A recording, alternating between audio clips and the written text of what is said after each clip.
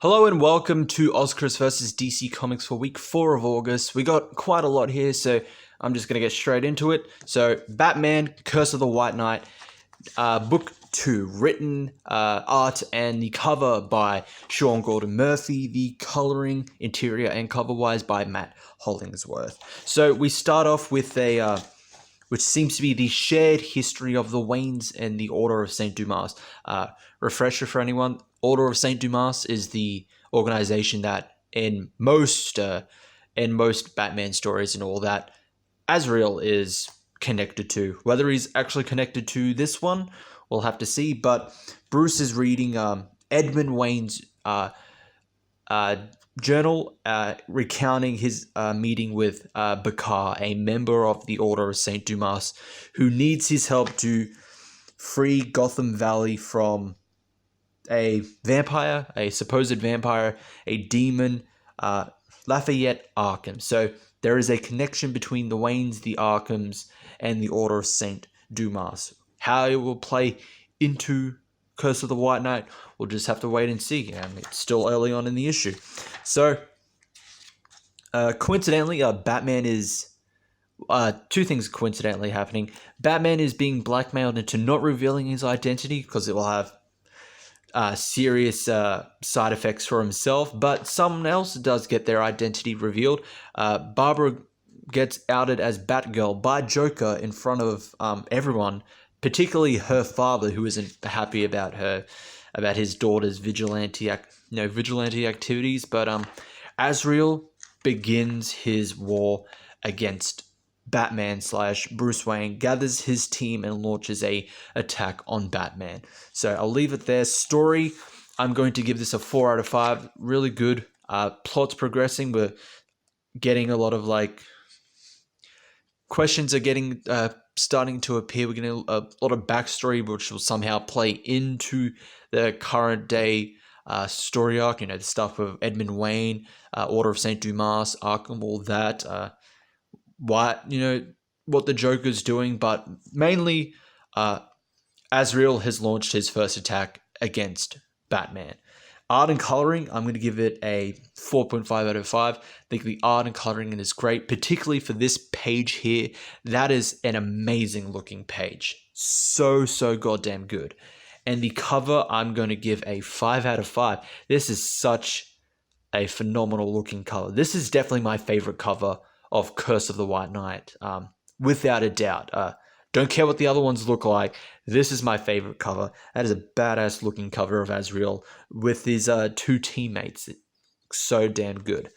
Then on to Batman Superman #1, written by Joshua Williamson, art by David Marquez, coloring by Alejandro Sanchez. The cover got the variant by Lionel Yu and Tamao Mori. So, Batman and Superman discover from Jim Gordon, who tells them that someone is using the Batman Who Laughs technique, someone resembling Superman. So a Superman who laughs is kidnapping kids for some reason. So Bats and Supes break in and find a break into the Batman Who Laughs Batcave, who they discover is creating batarangs that will infect people and turn them into someone like him.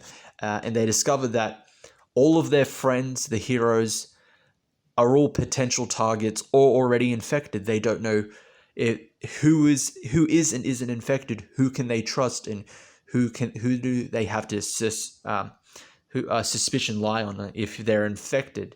And that's mainly how what happens in this issue. So story, I'm going to give it a 4 out of 5. I think it was a good start to this whole mystery of who's infected, who they can trust, being forced to fight the people that they trust, their friends.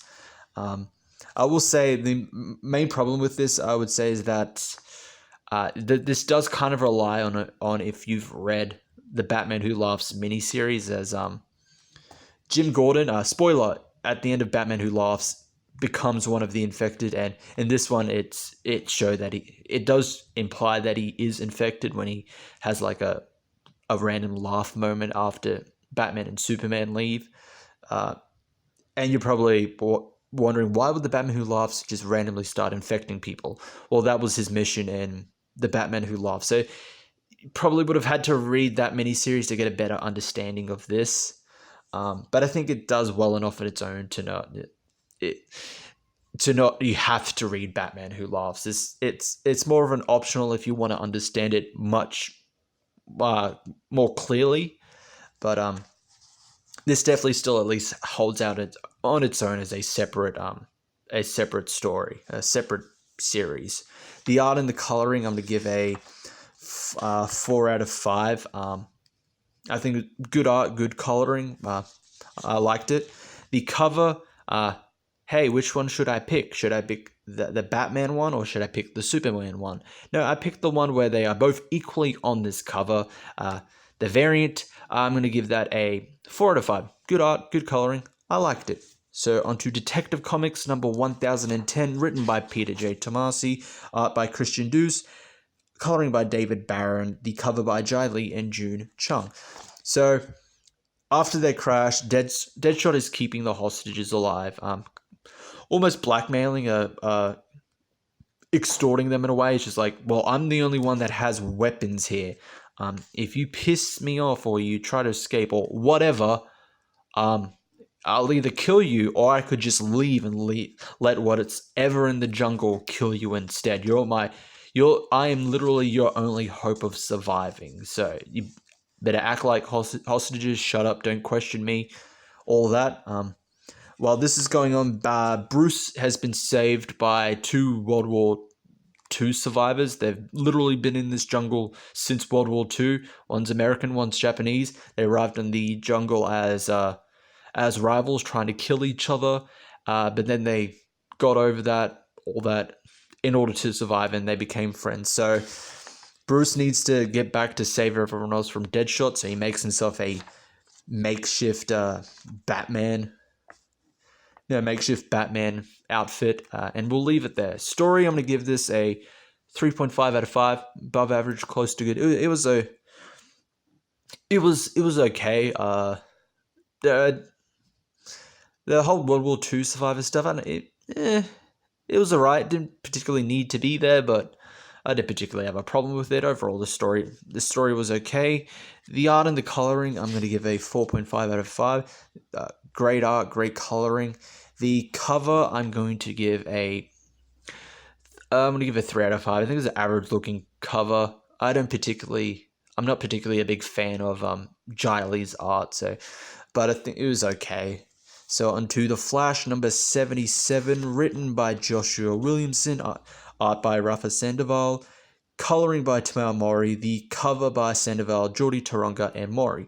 So the Black Flash is here, but instead of here to kill a dying speedster, he's here to kill the other Force users. So, Sage Force, Still Force, all of that, because the Speed Force is dying. All of these forces cannot exist at the same time.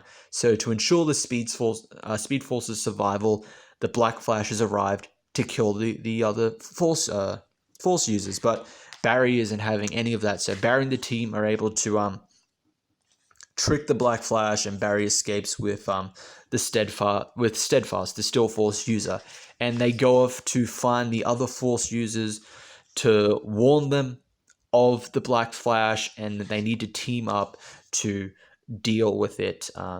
Since Barry doesn't want everyone to die, he wants to save everyone if he can. And also, while this is going on, Captain Cold is able to get Weather Wizard back into the Rogues, gives him a new power as well, courtesy of Lex Luthor. So story, I'm going to give this a 4 out of 5. I think it's really good.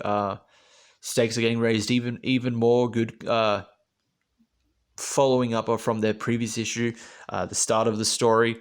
I will say that the Rogue stuff was just kind of there. It's just like, hey, remember that Captain Cold is supposed to be the year of the villain focus for Flash. So his story, we're still continuing recruiting the Rogues. It's just like, okay. Now, I would have been happy if it's just like he's just already recruited them. I don't think we need to really see him recruit them one by one. The main point of this story is death of the Speed Force. Captain Cold really has nothing to do with this story. The art and the coloring, I'm going to say 4.5 out of 5. Great art, great coloring. And the cover, I'm going to say 4 out of 5. Good art, good coloring, but has nothing to do with the story. Like I said, the rogue stuff is a side story to this. It's mainly about the death of the Speed Force. So kind of false advertising. Rogues Reloaded. He hasn't even finished completing the Rogues yet. The Rogues are not the focus of this story. So on to Justice League number 30, written by Scott Snyder and James Tynion IV, art by Jorge Jimenez, the coloring by Alejandro Sanchez, the variant cover, which I got by J. Anacleto and Romulo Fajardo Jr. So Starman shows everyone the future that he witnessed where Doom won. So to prepare for this, Superman has inducted everyone into the Justice League, deputized them for this threat. We get a brief re-explanation of the different forces, and Starman's plan is that they need to retrieve the other pieces of the totality if they have a chance to defeat Doom, create their own justice totality to defeat Perpetua and Lex, and they need to locate these other pieces. Lex has one of them, Starman has one, the Cosmic Rod, but they need the others. So while Lex has expanded his Legion of Doom as well, Starman's plan is to send Batman, Superman, and Wonder Woman to the future to retrieve a piece of the totality, while he will send the Flash and Green Lantern to the past for another. So we have a nice little Jarro moment, just like, goodbye, Dad. Tell all those future Robins who the coolest one is. I mean, me, Jarro. True, you are the coolest. Prove me wrong, okay? Jarro is best Robin. But all of this goes wrong. So someone who was able to infiltrate the Hall of Justice witnessed everything that they saw, attacks, and he follows after the time-traveling superheroes, and this somehow affects the past and the future, leading both of them into Doom.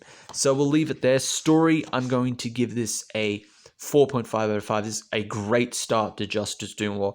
I'm excited, and they definitely, with this issue, got everyone pumped and ready for this story arc. The art and the coloring, I'm going to give a 4 out of 5. Good art, good coloring, really, really liked it. The cover, I got the variant, I'm going to give a 4.5 out of 5. It's great art, great cover. So on to Justice League Dark, Under the Spell of Cirque, written by James Tynion IV, the art by Alvaro Martinez Bueno, coloring by Adriana Lucas, the cover by Gula March and Arif Priento. So Wonder Woman has a dream where she is met by Zatara, who warns her that the Great Witching War is about to begin. Someone connected to her is using the power that Wonder Woman used to possess, that whole witching hour stuff, and it's, Wonder Woman finds out it's Cirque. Cirque is using this power for her own reasons, but she's woken up, and while this is going on, the JLD are dealing with vampires. Someone has sent vampires against them. It turns out to be the Witch Boy, who is currently working with Cirque, so the Witch Boy sent vampires against them, is able to get Man-Bat away from him, mess with his mind and all that, while Cirque is finishing recruiting the remainder of her her Injustice League Dark, Solomon Grundy, Puppet Midnight, Floranic Man, but they still need one more member, which is why Cirque brought all of them together. So story, I'm going to say 4 out of 5. Good, really, really good starting this whole Injustice League Dark stuff. So, following up from, what Cirque was doing with the Witching Hour. So I'm definitely excited and interested to see how this all pays off. It was built up really well, so it's not out of nowhere. Haven't completely finished what's stuff with the Upside Down Man, but so a slight detour. So we're into the witching war now instead of the witching hours. So, but overall, I'm interested to see how this goes, and this was definitely a good start to this story. The art and the coloring, I'm going to give a 4.5 out of 5. Great art, great coloring. The cover, I'm also going to give a 4.5 out of 5. Great art, great coloring. Although, not really under the spell of Cirque. Cirque is in it, but she hasn't directly by herself interacted with the JLD. Mainly sent Witchboy to mess with them. So that is it for those 6. Yeah, quite a lot for this week for DC. But that is all. Thank you all for watching. If you liked it, leave a like. If you're new to the channel, subscribe, hit the notification bell. I'd appreciate it. And I will see you all in the next one.